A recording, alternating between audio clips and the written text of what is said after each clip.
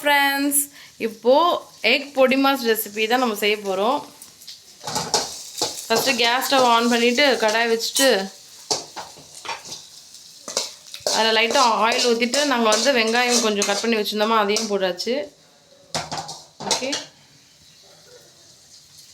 வெங்காயம் உங்களுக்கு நிறைய வேணும்னா இன்னும் கூட நீங்கள் கட் பண்ணி நிறைய போட்டுக்கோங்க.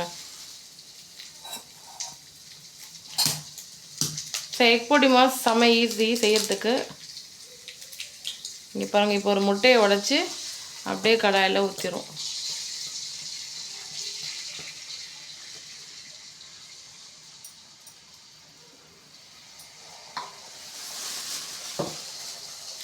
இப்போ இன்னொரு முட்டை, 2 முட்டை நம்ம இன்னைக்கு வச்சு எக் பொடி மாஸ் ரெசிபி செய்கிறோம். இங்கே பாருங்கள், இது வந்து எக் ஆம்லெட்டு, தோசை மாதிரி இருக்கு இல்லையா, இது வந்து எக் ஆம்லெட். பொடி மாஸ் வந்து எப்படி செய்ய போகிறோன்னு பாருங்கள். இப்போ அதுலேயே வந்து சால்ட் வந்து தூவி விட்டுக்கிறோம். ஸோ கொஞ்சம் காரத்துக்கு ரெட் சில்லி பவுடர் வந்து போட்டுக்கிறோம். போட்டுட்டு இது மாதிரி கிண்டி விட்டுக்கிறோம். அதுக்கப்புறம் அதுலேயே வந்து ஒரு ஸ்பூன் மஞ்சள் தூளும் போட்டுக்கிறோம்.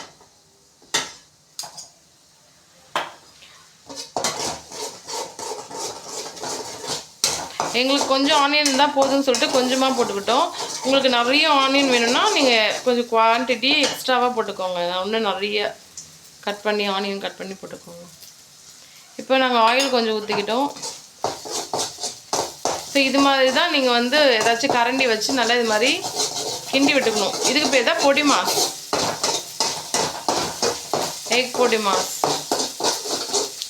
எக் பொடி மாஸ் இப்படி தான் செய்யணும். ஸோ இதில் அப்படியே இன்னும் கூட கொஞ்சம் காரத்துக்கு ரெட் சில்லி பவுடர் தூவியாச்சு. இப்போ பெப்பர் பவுடர் தூவி விட போகிறோம்.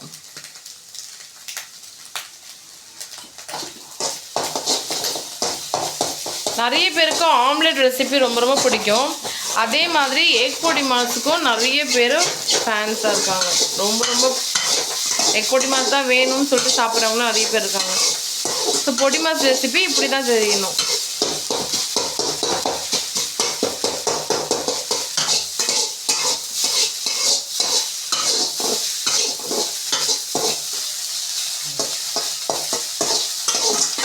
அவ்வளோதான் ஃப்ரெண்ட்ஸ், சூப்பரான எக் பொடி மாஸ் ரெசிபி ரெடி. எக் பொடி மாஸ்னால் நீங்கள் நல்லா கரண்டி வச்சு கிண்டிக்கணும். ஸோ அதுதான் எக் பொடி மாஸ்.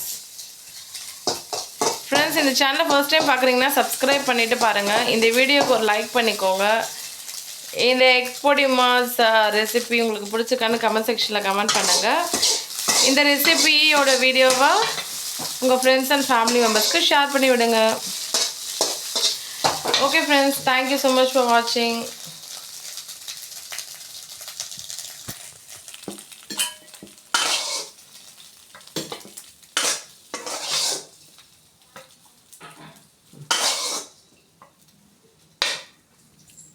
சுட சுட எக் பொடி மாஸ் ரெசிபி ரெடி.